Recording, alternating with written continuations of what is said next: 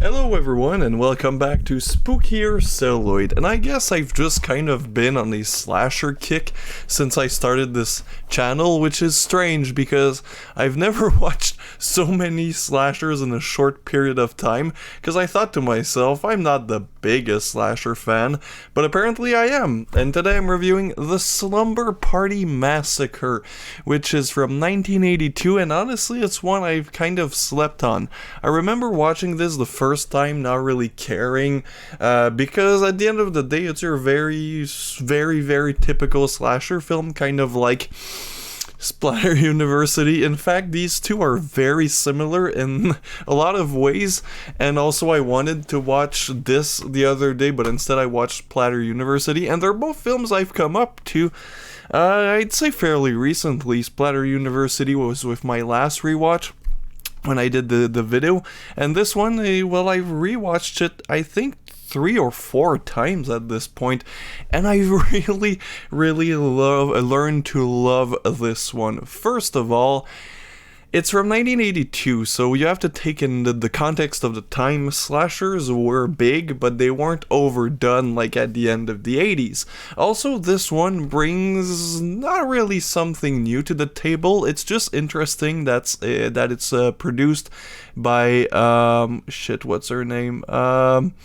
Roger Corman's wife. I want to find her name, but I can't. So this was like a Roger Corman super low budget production. It's of course directed by Amy Jones, which is also interesting because a slasher in the 80s directed and written by a woman, kind of rare. But other than that, it's pretty typical, you know. The story is quite simple to get. You have this mentally unhinged person, a guy who got let out of an asylum, and he's gonna hunt down high school girls that are played by 30-year-olds at their slumber party when their parents leave.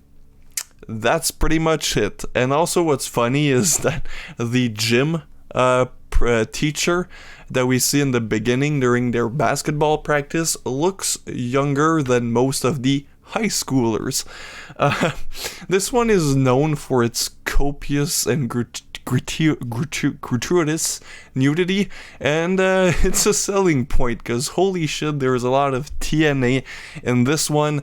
The characters are fairly likable, you know. Of course, in your little group of girls, you kind of have these mean girl interactions, but overall, it's fairly fun. The characters are pleasant to listen to. They're not obnoxious. You don't really want them to die. And of course, what sells this movie is really the kills and the killer. The killer is this deranged psychopath who uses a drill, so this is basically Driller Killer, but good.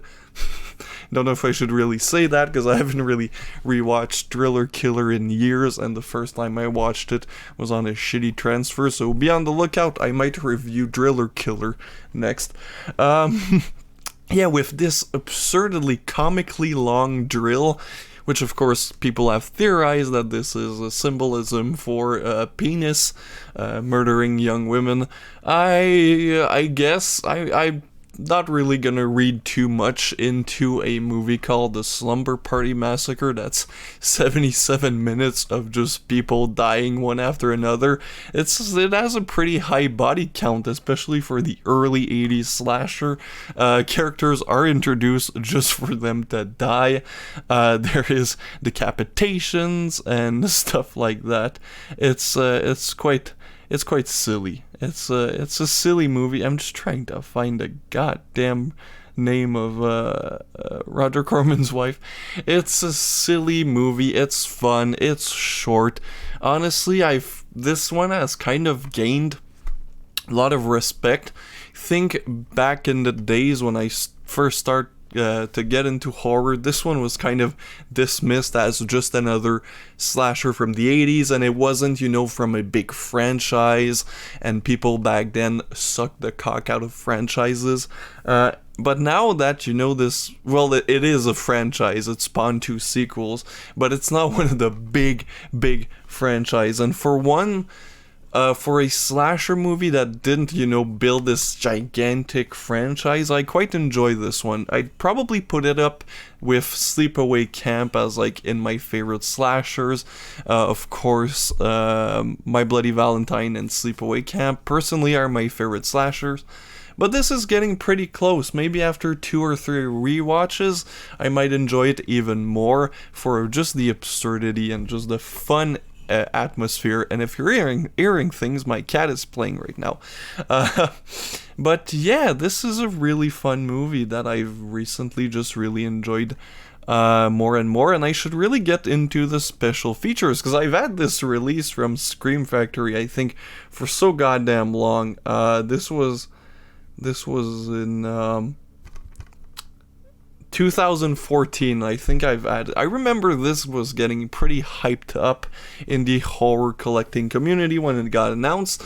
That's kind of how I discovered it. Then I found it, I guess, for a good price. Watched it the first time, didn't really care for. But like I said, now I adore this film, and I think it's genuinely one of the best 80s slasher. It has everything. It has likable characters, it has good kills, good gore, a memorable killer, because he's very memorable, good dialogue, funny characters, and a really big body count.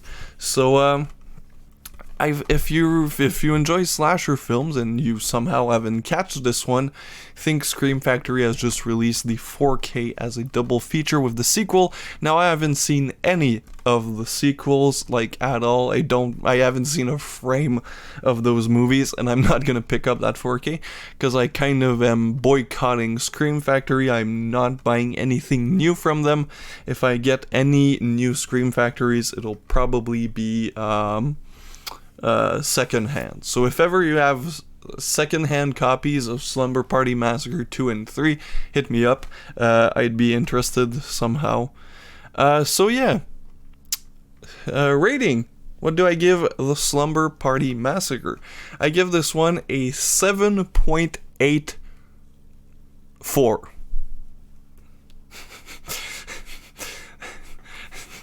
Again, people, those ratings don't mean anything. Go check it out if you like slashers. Plus, it's 77 minutes. It flies by. It's quite enjoyable, and there's a lot of TNA. Have a good one.